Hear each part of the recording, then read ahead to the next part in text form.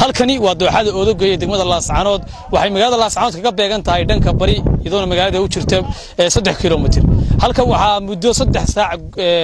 gudaheed qabsaday dab aan la garanayn wuxuu ka dhashay balse guud ahaan dadweynaha ku dhaqan degmada Laascaanood iyagu soo gurmaday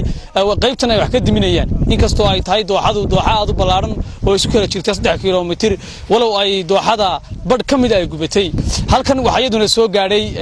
dabdamiska dawladda hoose ee degmada Laascaanood oo iyadoo halkaasi iyaduna ka qayb qaadanaysa daminta ayagu dhinacooda ka hadlay dadweynihii ka qayb qaadanayay daminta dabkaasi qeybiyon ka qaatay siday u damin lahaayeen goobtaasi sababta ay ku gubatay lahaana ma garan karno kolleyba dab baa ka kacay dhalinyarada iyo shacabku way soo baxeen magaalada way ka soo gurmadeen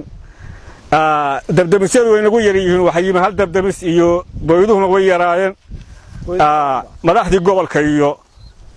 maamulkii wali cid meeshan kama muuqato dadka shacabka aad bay soo gudbay bismillaahir rahmaanir rahiim halkan waa dooxadii Laascaanood waxay gubaraysaa muddo 3 saac gudahooda dad badan baa u soo gurmaday waa u jeedaan doox soo gubaraya geedo badan baa ku yaalay in badanna waa la baqtiyay dad badan baa u soo gurmaday ciidankii qaranka ee meesha ku dhawaa iyo dadkii deegaanka way u soo gurmadeen laakiin booyadii biyaha iyaba naga dhiman kulay Rahmaan Rahiim ee walaal waxaad kamid ahay dadkii goobta soo gaaray bal ka waran dabka iyo goobta aad deganeed adigu iyo xilliga aad timi ma deganayn xoolo baadiyaan doonayay waxaan imiyay adigu abaar ka hor nus saac ka hor laakiin qiiqa iyo masiibada dhacday dawaad aragtaan weyn ku dhex taaganahay dadweynaha ama maamul ha ahaato ama dadka la ha ahaatee dhinaciinta waxay ku leeyihiin dabka inta la arkayo aan wax laga hayn gacana booyaday magaaladu leedahay shacbi leedahay rag bay leedahay wax la qaban karo gacan lagu qaban karo wada aragtaan cawsku inagu soo dhow yahay waxa weeyaan hawshiisu waa badan maanta waxaan joognaa dooxadii Oodogay oo lolasa waxaan u arkaa suxufiyiinta baa noo soo gurmaday suxufiyiinta qura ma arkaa maamulkii ma hayno ciidamadii ma hayno marka waxaan u arkaa suxufiyiinta inay gobolkan taneynayaan qura wayna ku mahadsan yihiin waxaan leeyahay maamulka madaxweyne Musabici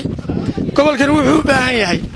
baabuur waxayaguna dhinacooda ka hadlay mas'uuliyiinta dabdamiska dawladda hoose ee degmada Laascaanood iyaguna ka warbixinaya khasaaraha uu geystay ilaahay noogu guuleeyay inaanu damino dabkan ilaa 2 kiiloomitir ahaa alxamdulillah rabbil caalamiin ilaahay baa ugu mahadnaqaynaa waxa weeye reer baadiya intay geelkira intuu meesha hilib iyo wax ku karstay siri uu dabku kaga kacay uu ka cararo hadduu markiiba uu nala soo socodsiin lahaa waa ka soo gaari lahaa laakiin ilaahay baa mahaddaas kale ee noogu guuleeyay inaanu dabkaa daminno waxaanu galnay hawlgal aad u ballaaran oo ah dab kacay jabka qoriga ilaa iyo Oodogay oo dhan isku baxday alxamdulillah rabbil caalamiin hadda xilliga oo tahay 5 galabnimo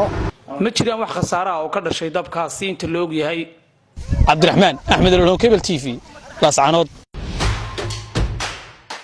adeega cusub ee shirkadda Dahabshiil iyo Idahab